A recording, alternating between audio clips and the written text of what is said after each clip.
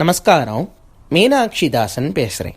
ஆலயம் அறிவோம் பகுதி 63 மீனாட்சி அம்மன் கோயிலை பற்றி சொல்லிட்டு வரேன். அதில் நேற்றைக்கு நம்ம மாணிக்க வாசகரின் கதையை பார்க்க ஆரம்பித்தோம். அதாவது இந்த கதையோட சின்ன ரீகேப் சொல்கிறேன். திருவாதவூர் என்ற ஊரில் மாணிக்க வாசகர் அவதாரம் பண்ணுறார். அவர் நிறைய படிச்சிருந்ததுனால அரிமர்தன பாண்டியன் என்ற ராஜா அவரை மினிஸ்டர் ஆக்குறான், மந்திரி ஆக்குறான். அந்த ராஜாக்கு ஒரு நாள் ஒரு செய்தி வருது. என்னன்னா, அரபு நாட்டிலிருந்து நிறைய குதிரைகள் இறங்க போறது துறைமுகத்துல அப்படின்னு. இந்த ராஜாக்கு குதிரையின் மீது இருக்க பற்றால் இந்த மாணிக்க வாசகரை குதிரை வாங்கறதுக்காக அனுப்புறான். மாணிக்க வாசகர் நிறைய பொண்ணும் பொருளோட இந்த துறைமுகத்தை நோக்கி போறார். போற வழியில திருப்பெருந்துறை என்ற ஒரு ஊர் வருது. அங்க சிவபெருமான் என்ன பண்றாரு அப்படின்னா, ஒரு குருந்த மரத்துக்கு அடியில சன்னியாசியாட்ட உட்காந்துட்டு சில சீடர்களோட உபதேசம் பண்ற மாதிரி பாவனை பண்றார். ஆவுடையார் கோவில் புதுக்கோட்டை பக்கத்துல தான் அந்த ஊர் இனி வரைக்கும் இருக்கு. அப்ப என்ன பண்றாரு, இந்த மாணிக்க வாசகர் அந்த சன்னியாசியை பார்த்தோன்னே விழுந்து வணங்கலாம்ங்கிறதுக்காக போய் விழுந்து வணங்கும் பொழுது சிவபெருமான் என்ன பண்றார் அப்படின்னா, அவரை ஆட்கொள்றார். அவரை மெய்ஞானத்தை அவருக்கு போதித்து அவரை ஒரு சன்னியாசி மாதிரி ஆக்கிட்டார். சிவபெருமான் என்ன சொல்றார் அப்படின்னா, கோவில் கட்டு எனக்காக அப்படின்னு சொல்லி சிவபெருமான் மறைஞ்சு போயிடுறார். மாணிக்க வாசகர் உடனே கூட வந்த ஆள்கள் எல்லாருமே திருப்பி நீங்க ராஜாவை பார்க்க போங்க, குதிரைகள் லேட்டா வரும்னு மட்டும் சொல்லுங்கோ அப்படின்னு சொல்லிட்டு மாணிக்க வாசகர் அவளெல்லாம் அனுப்பிச்சுட்டு இங்க கோவில் கட்ட ஆரம்பிக்கிறார். இதோட நேத்திக்கு பார்த்தோம். இன்னைக்கு பாட்டிக்காக லூட்டி எடுத்த சிவபெருமானின் பார்ட் 2 கதை. நான் முன்னாடி ஒரு டிஸ்க்ளைமர் போட்டு விடுறேன். என்னன்னா, அது போடுறதா நல்லது. என்ன அப்படின்னா, இந்த விஷயங்கள் எல்லாமே முன்னாடியே சொன்ன மாதிரி ஹாஸ்ய ரசம், அதாவது அறுசுவை இருக்கு தெரியுமா, உப்பு புளிப்பு துவர்ப்பு, அந்த மாதிரி நவரசங்கள் இருக்கு. அதுல இந்த இடத்துல ஹாஸ்ய ரசம் என்ன சொல்லப்படும், காமெடி, சிரிப்பு. அதுக்காக இந்த கதையை நான் சொல்லிட்டு வரேன். நம்ம பார்க்கறது ஆலயம் அறிவோம். அதுல நிறைய விஷயங்கள் பார்த்துட்டு வரோம். கடந்த 63 நாட்களாகவே நம்ம எக்கச்சக்கமான விஷயங்கள் பார்த்துட்டு வரோம். ஒவ்வொன்றுத்துக்கு பின்னாடி இருக்க கதைகளும் சொல்றேன். அந்த இடத்துல என்னென்ன விசேஷம் சொல்றேன், ஒவ்வொன்றத்தோட மேன்மை என்னன்னு சொன்னேன். இப்ப இந்த மாணிக்க வாசகர் கதையை நான் சொல்லும் பொழுது கொஞ்சம் அந்த சிரிப்புக்கு ஏத்தாப்புல நம்மளும் கொஞ்சம் அப்படி ஜனரஞ்சகமா போலாங்கிறதுக்காகத்தான் அந்த சிவபெருமான் இப்ப பட்டையும் கொட்டையுமா ஆக்கிவிட்டார் மாணிக்க வாசகரை. சிவபெருமான் லூட்டி அடிக்கிறார், பாட்டிக்காக லூட்டிங்கிறது சும்மா ரைமிங்காக இருக்கு. இதை நீங்க உடனே டோன்ட் ரீட் பிட்வீன் லைன்ஸ் அப்படின்பா. ரொம்ப பர்சனலா எடுத்துட்டு இது அப்படியே அது எப்படி அவர் பட்டையும் கொட்டையும் என்று சொல்லலாம், அப்படி இப்படின்லாம் யோசிக்காதீங்க. நம்மளுக்கு எல்லாருக்குமே அந்த விபூதியோட மேன்மை என்ன, ருத்ராட்சத்தோட மேன்மை என்னன்னு தெரியும். இப்போ யாரும் அதுக்கு அகெயின்ஸ்ட் எல்லாம் போகவே இல்லை. இப்போ ருத்ராட்சம் திருநீர்னா எல்லாமே பெருசு தான். நம்ம எல்லாமே அதை பற்றி நல்லா அறிஞ்சவா தான். நான் இந்த சிவனுடைய வர்ணனையை சொல்லும் பொழுது சிவபெருமானே தன்னோட நெத்தியில திருநீர் அணிஞ்சுட்டு இருக்க அவருடைய மேன்மையை காமிக்கிறதுக்காக மந்திரமாவது நீர் கதையெல்லாம் சொன்னேன். அதெல்லாம் திருநீரோட மேன்மையை சொன்னேன். அதுக்காக உடனே எல்லா இடத்துலையுமே நான் இப்போ நியூஸ் படிக்கிற மாதிரி வச்சுருந்தேன்னு வச்சுக்கோங்களேன். இப்போ இதே வச்சுக்கோங்களேன். இப்போ மாணிக்க வாசகரோட கதையை வச்சுப்போம். மாணிக்க வாசகர் திருநீரும் ருத்ராட்சமும் அணிந்து கொண்டு சிவபெருமானின் திருவடிகளில் அடியும் முடியும் காண முடியாத சிவபெருமானின் திருவடிகளில் விழுந்து வணங்கினார். அவருக்கு மெய்ஞானத்தை போதித்த சிவபெருமான் நமச்சிவாய என்ற 5 எழுத்து மந்திரத்தை அவர் காதில் உச்சாடனம் செய்து அவரை மகானாக்கினார். இப்படி சொல்லின்றதேன்னு வச்சுக்கோங்களேன். நான் இப்போ ஆலயம் அறிவோம் ரெக்கார்ட் பண்ணுறேனோ இல்லையோ, நீங்க கொரட்டா சத்தத்தை ரெக்கார்ட் பண்ணி எனக்கு அனுப்பிச்சிருவேன். ஒரு பையன் இருக்க மாட்டேன். நான் ஆள் இல்லாத கடைக்கு டீ ஆத்தின்னு உட்காந்துட்டு இருக்கணும். இதெல்லாம் சில விஷயங்கள் ஜனரஞ்சகமாக தான் போகணும், சில விஷயங்கள் ஜனரஞ்சகமாக தான் புரிஞ்சுக்கணும். நம்ம யாரும் இப்போ எதுவும் குறை சொல்லலை. ஆனாலுமே இதை ரொம்ப அப்படியே சீரியஸாக அப்படியே பர்சனலாக எடுத்துக்காம தயவு செய்து இதை ஒரு கதையாக பாருங்கோ. மாணிக்க வாசகருடைய ஒரு ஜாலி கதையா பாருங்க. சிவபெருமான் பண்ண திருவிளையாடல், அதுக்கு தான் விளையாடல்னு பேர் வைக்கிறா. விளையாட்டுனா என்ன, அதெல்லாம் ஒரு ஸ்போர்ட்டிவ்னஸ் இருக்கணும். அதை உடனே ஒரு ரொம்ப சீரியஸா எல்லாத்தையுமே இதை எடுத்துக்கூடாது. எங்க பக்தி பூர்வமா பார்க்கணுமோ அங்க பக்தி பூர்வமா பார்ப்போம், எங்க ஞானபூர்வமா பார்க்கணுமோ அங்க ஞானபூர்வமா பார்ப்போம், எங்க ஜனரஞ்சகமா பார்க்கணுமோ ரொம்ப கொஞ்சம் தளர்த்தி பார்க்கணுமோ அங்கெல்லாம் அப்படி பார்ப்போம். சரியா? சரி, இப்போ மறுபடியும் கதைக்கு போவோம். என்ன அப்படின்னா, அந்த மாணிக்க வாசகர் அங்கே இப்போ சன்னியாசி ஆகி பட்டையங்கோட்டையுமா உட்காந்துட்டு இருக்கார். அப்போ என்ன ஆச்சு அப்படின்னா, இந்த சொத்தெல்லாம் ராஜா கொடுத்த சொத்தெல்லாம் எடுத்து கோவில் கட்ட ஆரம்பிச்சிட்டார். சிவன் கோவில் கட்டுன்னு மட்டும் சொல்லிட்டு போயிட்டார். அங்கே மாணிக்க வாசகருக்கு எது சன்னியாசிக்கு எது சொத்து வைப்பேன். என்ன பண்ணுறாரு அப்படின்னா, ராஜா கொடுத்த அந்த குதிரை வாங்குறதுக்கு கொடுத்த காசெல்லாம் எடுத்து கோவில் கட்ட ஆரம்பிச்சிட்டார். அதுக்குள்ள என்ன ஆச்சு அப்படின்னா, இந்த மாணிக்க வாசகர் சில பேர் ரிட்டர்ன் அனுப்பிச்சார்ல ஊருக்கு, இந்த மாதிரி ராஜாட்ட போய் சொல்லுங்கோ, நான் வரத்துக்கு லேட் ஆகும், ஆனால் வரும்போது குதிரையோட வருவேன் அப்படின்னு சொல்லி இந்த செய்தியை அனுப்பிச்சு இந்த ஆட்கள்லாம் அனுப்பிச்சு வச்சார். அவள்லாம் என்ன பார்க்குற தெரிஞ்சுண்டா அப்படின்னா, இப்போ மாணிக்கவாசகர் எப்படியோ இந்த காசெல்லாம் செலவழிச்சு கோயில் கட்ட போறார், நம்ம போய் ராஜாட்ட மாட்டிக்க வேண்டாம், இப்போ போய் ராஜாட்ட வந்து மாணிக்கவாசகர் என்ன ஆனார்னு தெரியல, அப்படி அவர் மட்டும் திருப்பெருந்துறைன்னு ஒரு ஊரில் உட்காந்துட்டு இருக்கார், ஆனால் அவர் என்ன பண்ணுறாருன்னா எனக்கு தெரியல அப்படின்னு சொல்லி அவள்லாம் பயந்துன்னு ராஜாட்ட பயந்துன்னு சொல்ல வேண்டிய விஷயத்த சொல்லாமல் விட்டுட்டான். ஆனால் ராஜா வெயிட் பண்ணி பார்க்குறான், என்ன மாணிக்கவாசகர் வரவே இல்லை, குதிரையும் காணும். குதிரை மாணிக்கவாசகர் வராரோ இல்லையோ, அவனுக்கு குதிரை தான் முக்கியம்.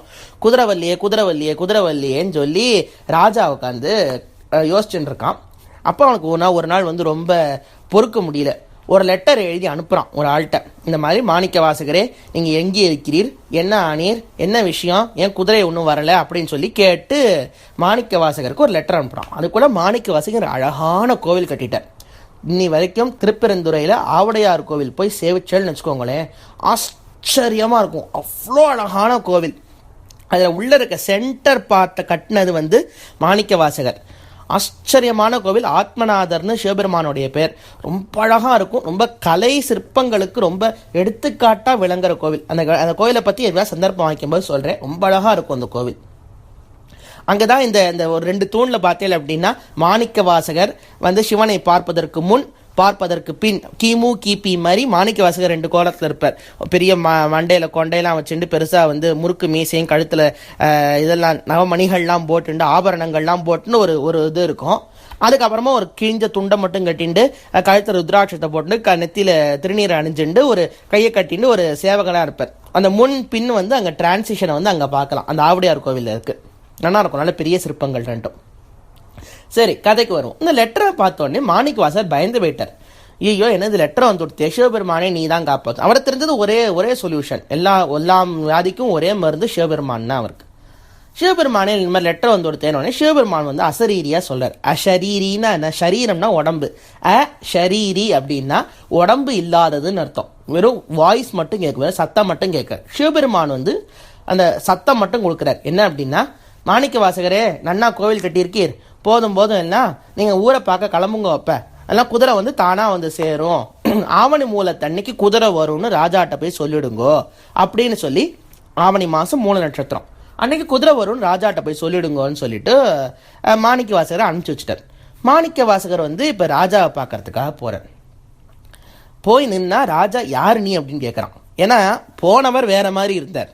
வந்தவர் வந்து ஒரு கீழ துண்டை கட்டிண்டு ஒரு தலையில ருத்ராட்சத்தையும் நெத்தியில பட்டையும் போட்டு உட்காந்து வந்தா யாருன்னே ராஜா அடையாளம் தெரியல. அவர் சொல்லிட்டார், நான் தான் மாணிக்கவாசகர், என் பேர் மாறிடுத்தோ, என் உருவம் மாறிடுத்தோ, எல்லாம் மாறிடுத்தோ, இதான் நிலையானது வேற, அதனால வந்து உங்க குதிரை வந்து நல்லா பின்னாடி வந்துட்டு இருக்கு, ஆவணி மாசம் 3 நட்சத்திரத்தன்னைக்கு உங்க குதிரை வந்து சேர்ந்துடும் அப்படின்னு சொல்லி எல்லாம் விலை உயர்ந்த குதிரை, அதாவது சொல்ற போயும் சேர்த்து நல்லா சொல்ல வேண்டியதானே, நல்ல குதிரையா இருக்கு, நல்லா கொழுன்னு இருக்கும், எல்லாம் வந்து பிட்டெல்லாம் போட்டு மாணிக்கவாசகர் வந்து ராஜாட்ட சொல்லிட்டு மாணிக்கவாசகர் போயிட்டார். ராஜா உடனே மாணிக்கவாசகருக்கு பொண்ணும் பொருளும் கொடுத்து ரொம்ப சந்தோஷம், எனக்கு குதிரை வாங்கி வந்திருக்கே, ரொம்ப களைப்பா இருப்ப, ரெஸ்ட் எடுத்துக்கோ, அப்படி ஆச்சா போச்சான்னு சொல்லி மாணிக்கவாசகர் ரொம்ப புகழ்ந்து தள்ளிட்டான். அவர் சொன்ன மாதிரி ஆவணி மாசம் 3 நட்சத்திரம் வந்தது. ஒரு காக்கா கூட வரல அரண்மனை பக்கத்துல. ராஜா கொஞ்சம் பயங்கர கோவம். குதிரை எங்க அப்படின்னு கேட்டா மாணிக்கவாசகரை. மாணிக்கவாசகர் எனக்கு தெரியாதுன்னார். அவருக்கு என்ன பண்ணியும் பாவம், அவருக்கு ஒன்றும் தெரியாது. சிவன் தான் சொன்னார் ஆவணி மாசம் 3 நட்சத்திரத்துல குதிரை வரும்னு. அவர் தெரியாதுன்னார். குதிரை வரல. உடனே என்ன பண்ணார், ராஜா வந்து நீ என்னத்தையும் ஃப்ராடு பண்ணிட்ட அப்படின்னு சொல்லி மாணிக்கவாசகரை தூக்கி ஜெயிலில் போட்டார் ராஜா. ஃபர்ஸ்ட் ஜெயிலு தான் மாணிக்கவாசகருக்கு. மாணிக்கவாசகர் புலம்புறார், அப்படியே சிவபெருமானே, நானும் ஒரு ஊரில் திருவாரூரில் இருந்தேன், என்னை போய் மந்திரி ஆக்கினேன். மந்திரியான என்ன குதிரை வாங்குறதுக்கு அனுப்பிச்சேன். சரி, குதிரை வாங்குறதுக்காக நான் போயின்னு இருந்த போதில் போகிற வழியில் நீ தான் சன்னியாசியாட்ட உட்காந்து நான் ஆட்கொண்டேன். சரி, சன்னியாசி ஆக்கினதோட சரி இல்லாமல் கோவிலை கட்டுன்னு வேற சொன்னேன். கோவிலை கட்டுறதுக்கு ராஜாவோட பணத்தை வேற அங்கே நீ தான் ஏற்பாடு பண்ண. அது சரி, நான் மாட்டு சோனையான கோவில் கட்டின்னு இருந்தேன், என்ன நீ தான் கோவில் கட்டினது போதும், ராஜாவை போய்ப்பாரு அப்படின்னு போன் மட்டும் சொல்லாமல் ஆவணி மூலத்தன்னைக்கு டேட் வேற குறிச்சு கொடுத்தேன். சரி, ஆவணி மூலத்தன்னைக்கு குதிரையாக வர வச்சிருக்கான், இப்போ அதையும் வர வைக்காம நம்மளுக்கு ஜெயிலில் வேற போட்டுவிட்டியே, ஒரு ஊரில் இருந்த சிவனேன்னு இருந்தவனை தூக்கி ஜெயிலில் வரைக்கும் கொண்டு வச்சுவிட்டியே அப்படின்னு சொல்லி சிவபெருமான்கிட்ட மன்றாடுறார். அவர் மன்றாடினது ஒன்றும் ரொம்ப அப்படியே பக்தி பூர்வமாக மன்றாடி இருப்பார். நம்ம இதை கதைக்காக கொஞ்சம் இப்படி பார்க்குறோம், புரிஞ்சுக்கோங்க. அப்போ இந்த மன்றாடினோடனே சிவபெருமான் வந்து ரொம்ப இறக்கப்பட்டு சரின்னு சொல்லிட்டு 2 நாள் நீ ஜெயிலில் இரு, 2 நாளுக்கு அப்புறம் நானே குதிரை ஒன்றேன்னு சொல்லிட்டு சிவபெருமான் என்ன பண்ணுறாரு அப்படின்னா, கைலாசத்தில் யார் யாரெல்லாம் இருக்காளோ எல்லாரும் போய் நீங்கள் நரியாகுங்கோ அப்படின்னு ஆர்டர் போட்டார். சிவபெருமான் குதிரை பண்ணணும், குதிரையை தானே கொண்டு போகணும், எல்லாரும் நரியாக சொல்லிட்டார். எல்லா தேவர்களும் எல்லா நந்தி இதுலேருந்து எல்லாருமே நரி ஆயிட்டா. சிவபெருமான் ஒன்று ஒரு வேடன் மாதிரி ட்ரெஸ்அப் பண்ணிட்டு வந்து நரியெல்லாம் பரியாக்கிட்டார். பரி அப்படின்னா செந்தமிழில் குதிரைன்னு அர்த்தம். இப்போ நரியெல்லாம் பரியாக்கிறார், நரிய குதிரையாக்கிட்டார். குதிரையான அத்தனை நரிகளையும் கூட்டிண்டு நாடை நோக்கி வந்து ராஜா அரிமர்தன பாண்டியனை பார்த்து, ஏதோ மாணிக்கவாசரை கொண்டு போய் ஜெயிலில் வச்சிருக்கிறாமே, அவரை முதல்ல ரிலீஸ் பண்ணு, இந்தா இவ்வளோ குதிரையும் கொண்டு வந்திருக்கேன்னு பார்த்தா ஒவ்வொரு குதிரையும் அழகழகழகாக இருக்குது. ஏதோ சிவபெருமான் பண்ண குதிரைகள் ஒன்றும் ஒவ்வொன்றும் அப்படியே கொழுன்னு இருக்குது. இனிமேல் ராஜாவுக்கு ஜென்மத்தில் குதிரை ஆசையே வராது, அந்த அளவுக்கு எக்ஸ்ட்ரீமாக குதிரையெல்லாம் கொண்டு வந்து குட்டாச்சு அந்த இடத்துல. ராஜா பார்க்குறான், ஐயோ இவ்வளோ அழகான குதிரை, ஒவ்வொரு குதிரையாக கட்டிப்பிடிச்சி முத்தம் கொடுத்துட்டுருக்கான் ராஜா. இவ்வளோ அழகான குதிரையா, இதை போய் நான் மாணிக்க வாசகரை வந்து நான் ஜெயிலில் போட்டேன், 2 நாள் டிலே ஆயிருக்குன்னு சொல்லிட்டு மாணிக்க வாசகரை திருப்பி ஜெயிலேருந்து ரிலீஸ் பண்ணிவிட்டு ராஜா உடனே மறுபடியும் அவருக்கு பொண்ணும் பொருளும் கொடுத்து மாணிக்க வாசகரை அனுப்பிச்சி வச்சுட்டு குதிரையெல்லாம் தூக்கி குதிரை ஆடத்தில் கட்டிவிட்டார். அதோட சிவபெருமான் நிறுத்தியிருந்தா மாணிக்க வாசகர் ஏதோ பொழைச்சிருப்பார். அங்கே தான் இன்னொரு சிவபெருமான் இன்னொரு லூட்டி அடிக்கிறார். என்ன அப்படின்னா, இப்போ இந்த மாணிக்க வாசகர் அவர் இடத்துல தங்கின்னு இருக்கார், ராத்திரி ஆச்சு, இந்த ராஜாவும் தூங்கின்னு இருக்கார். திடீர்னு ஊ ஊ ஊ அப்படின்னு ஒரே சத்தம். என்ன சுவாமி டிடிஎஸ் எஃபெக்ட்லாம் கொடுக்குறேன்னா, ராஜா காதில் அப்படி விழுந்தது. என்னன்னு திரும்பி பார்த்தா குதிரை ஆடத்தில் கட்டியிருந்த அத்தனை குதிரையும் சேர்ந்து நிறைய எடுத்து இப்போ நிறைய தான் பரியாக்கினார். திருப்பி ராவா சிவபெருமான் என்ன பண்ணுறாரு அப்படின்னா, எல்லா பரியும் மறுபடியும் நரியாக்கிப்படுறார். அவ்வளோ குதிரைகளும் நிறைய எடுத்து நரியானதோட மட்டும் இல்லாமல் ராஜா என்னெல்லாம் குதிரை இப்போ குதிரை ஆடம்னு இருந்தால் சிவபெருமான் கொண்ட அந்த குதிரையும் கட்டியிருக்கோம். ஸோ தீவிரம் வந்து ராஜா ஒரிஜினலாக வச்சுருந்த குதிரைகளும் இருந்திருக்குமே. இப்போ இந்த நரிகள்லாம் என்ன பண்ணுறது அப்படின்னா, இருக்கிற குதிரையெல்லாம் பூரா அடித்து சாப்பிட்டு ஒவ்வொன்றும் தலைதறிக்க ஓடுறது ஒவ்வொரு டைரக்ஷனை சுற்றி. ராஜாவுக்கு ஒரே பயங்கர கோபம், வந்ததும் போச்சு இருக்கிறதும் போச்சுன்னு சொல்லி மாணிக்க வாசகரை பிடிச்சி ஜெயிலில் அடைச்சான் ராஜா. நீ பிடிச்சி உனக்கு கடும் தண்டனை உனக்கு அப்படின்னு சொல்லி ராஜா வந்து மாணிக்க வாசகருக்கு ஒன்றுமே புரியல. எங்கேருந்து குதிரை வந்தது, எந்த குதிரை வந்து நரியாச்சு, எதுவுமே புரியல. ராஜாவுக்குமே ஒன்றும் புரியல. மாணிக்க வாசகர் மந்திரம் பண்ணிட்டான்னு நினச்சிட்டு இருக்கான். அதுக்கப்புறம் என்ன நடந்ததுங்கிறத நாளைக்கு பார்ப்போம்.